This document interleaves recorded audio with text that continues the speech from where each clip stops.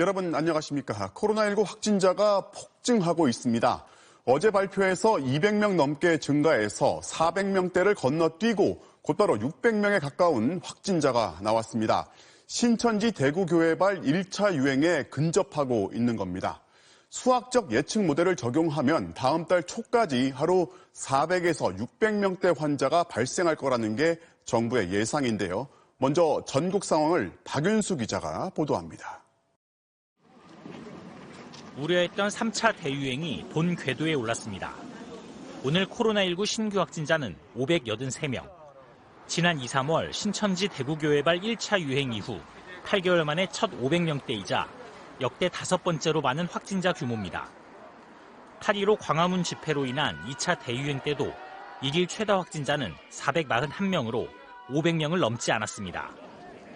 더구나 이번 3차 유행은 100명대, 200명대, 300명대로 단계적으로 증가해 오다가 400명대를 건너뛰고 단번에 500명대 후반을 기록했습니다. 수치상으로는 2차 대유행을 뛰어넘었고 1차 대유행 수준에 빠르게 다가가고 있습니다. 우리 생활 어느 곳에서나 남녀노소 누구든 감염되더라도 전혀 이상할 것이 없는 상황이 되었습니다.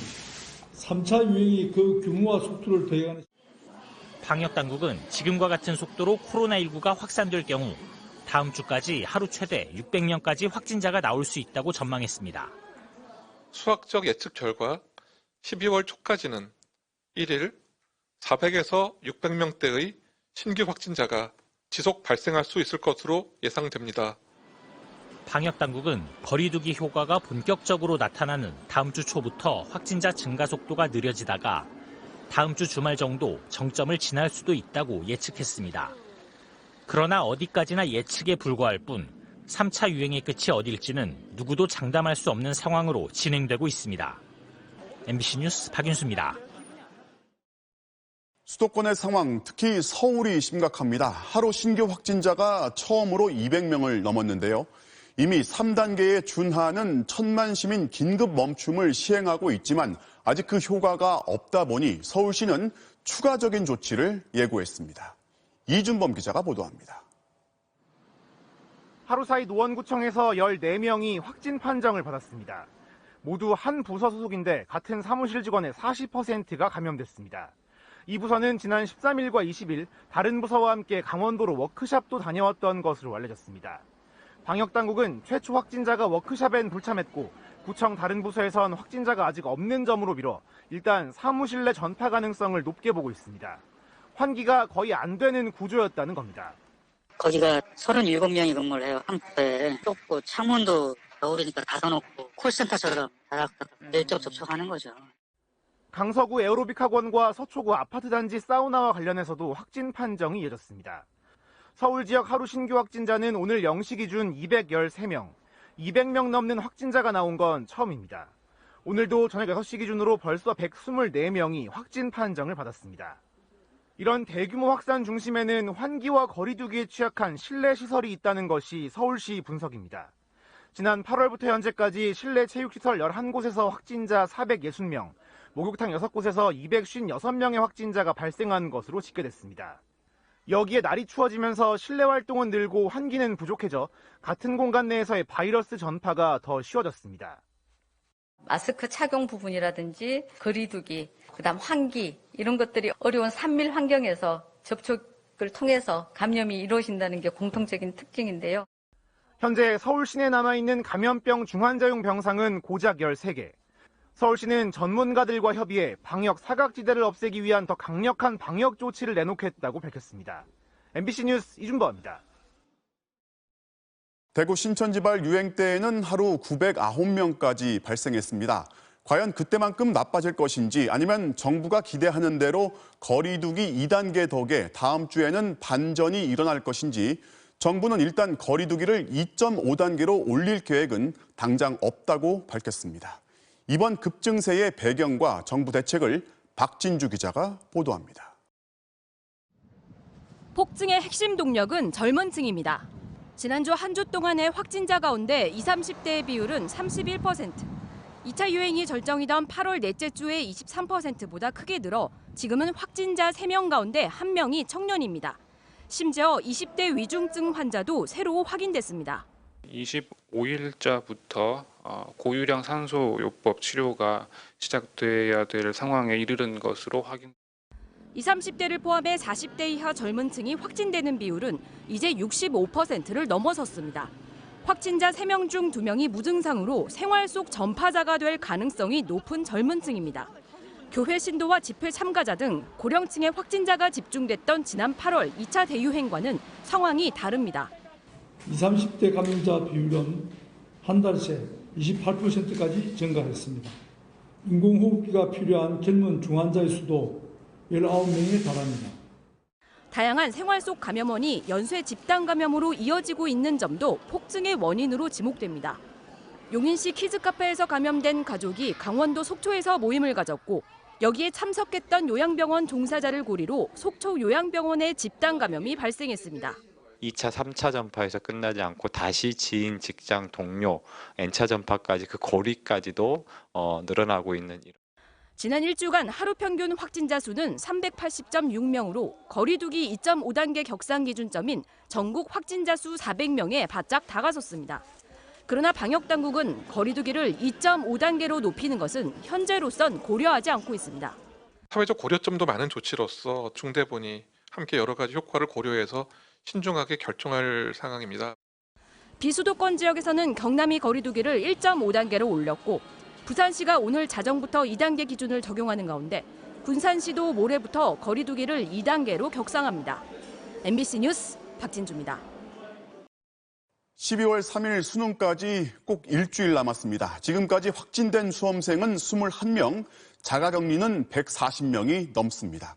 더 이상은 안 된다며 정부는 국민 모두가 수험생 부모의 마음으로 일주일 동안 친목 활동을 멈춰달라 호소했고 수험생 가족은 집에서도 거리를 두라고 촉구했습니다.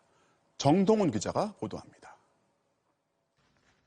경기도 김포에 사는 한 고3 수험생의 집. 방문을 열자 소형 텐트가 설치되어 있습니다. 수험생 딸은 아예 방에서 나오지 않고 잠도 텐트 안에서 잡니다. 그래서 아빠가 10시 이후에 들어오는 걸로 하고 밖에 있는 화장실은 고3만 쓰고 최대한 동선이 겹치지 않도록. 침대에서 자다가 무심코 방에 들어온 가족을 통해 코로나에 감염될까 봐 엄마가 텐트 격리를 생각해낸 겁니다. 집 안에서도 문자나 카톡이나 전화로 해가지고 물어볼 거 물어보고 되도록이면 접촉을 조금 줄이는 방법으로 하고 있는 중이에요. 수능을 일주일 앞둔 오늘 현재 확진 수험생은 21명, 자가격리 통보를 받은 수험생은 144명입니다. 청주의 고등학교 3학년 학생은 지인 모임에 참석했던 아버지로부터 코로나에 감염됐습니다. 이를 포함해 이달 들어 확진 판정을 받은 학생의 70%는 가족이 감염시킨 것으로 확인됐습니다. 이러다 보니 수험생 맘카페에서는 집에서도 아이 앞에선 마스크를 벗지 말라고 한다. 야박해 보여도 면접 때까지는 어쩔 수 없다는 글들이 이어지고 있습니다. 윤해 교육부 장관도 수험생 가족들은 집에서도 거리두기를 꼭 지켜달라고 당부했습니다. 지역사회를 통한 감염이 가족에게 전파될 위험이 높다는 것으로 수험생의 부모님과 형제, 자매 등 가족 모두가 남은 수능 일주일 기간 동안만은 가정 내에서도 가급적 거리두기를. 또 수능 날까지 국민 모두가 수험생 학부모의 마음으로 친목 모임을 멈춰달라고 호소했습니다. MBC 뉴스 정동훈입니다. 제주로 연수를 다녀온 뒤 집단 감염이 발생한 경남 진주의 이장과 통장들 확진자가 이제 60명까지 육박했고 제주에서도 관련 확진자가 나왔습니다. 저희가 이번 연수의 일정표를 입수해서 살펴봤더니 제주의 유명 관광지를 꼼꼼하게 돌았습니다. 서창호 기자가 보도합니다. 주민 접촉이 많은 이장 통장들이 제주도 연수를 갔다가 코로나19에 집단 감염됐다는 소식에 진주시 중심부는 하루 종일 썰렁했습니다. 관공서 주변인데도 점심 무렵 식당가는 썰렁하고 카페도 개점 휴업 상태였습니다. 반면 불안한 마음에 검사를 받으러 온 시민들이 몰리면서 선별진료소에는 하루 종일 긴 줄이 늘어섰습니다. 검사 대상자가 돼서 둘이서 지금 검사하고 노는 거예요. 이거 서가 있는 것도 공포라요, 지금. 무섭고. 대체 어떤 연수였기에 도시 전체를 하루아침에 혼돈 속에 몰아넣은 건지 확인하기 위해 일정표를 입수해 살펴봤습니다. 첫날인 16일 오전 10시 반, 제주에 도착하자마자 공항 근처 용도함에 들렀다 우도로 들어갑니다. 그 뒤 섭취코지에 들러 카트 체험도 한 것으로 나옵니다. 연수하면서 관련 세미나는 저녁 6시쯤부터 약 1시간 정도, 그게 전부였습니다.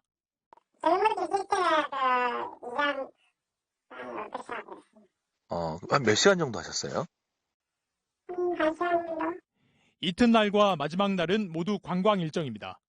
호텔에서 출발해 제주 유명 관광지를 북에서 남으로 또 동에서 서쪽으로 두루 훑었고 심지어 사람들로 북적거렸을 법한 쇼핑센터까지 방문한 것으로 나와 있습니다. 이런 외유성 연수에 지원된 진주시 예산은 980만 원. 이 돈을 방역에 전부 써도 시원찮을 판에 다른 사람도 아닌 공무원과 이장, 통장들이 앞장서 방역을 무너뜨렸다며 시민들은 분통을 터뜨리고 있습니다. 열심히 마스크 쓰고 지금 애를 쓰는 사람들의 노력을 좀 생각한다면 그 연수를 수락해준 사람하고 간 사람들이랑 그 사람들 마음을 정말 진짜 어떤 마음인지 전 물어보고 싶어요. 관련 확진자는 경남에서만 26명 추가되며 59명이 됐고 제주에서도 이들과 접촉한 주민 1명이 확진 판정을 받았습니다. 한편 강원도 속초시에서도 최근 태풍 대응 격려 차원에서 직원 100명을 제주도에 견학 보냈다는 사실이 뒤늦게 알려지면서 큰 논란이 일고 있습니다. 코로나 비상대응을 외치면서도 한편으론 외유성 연수를 보내는 일부 지자체들의 엇박자 정책을 이제는 엄벌해야 한다는 목소리가 높아지고 있습니다. MBC 뉴스 서창호입니다.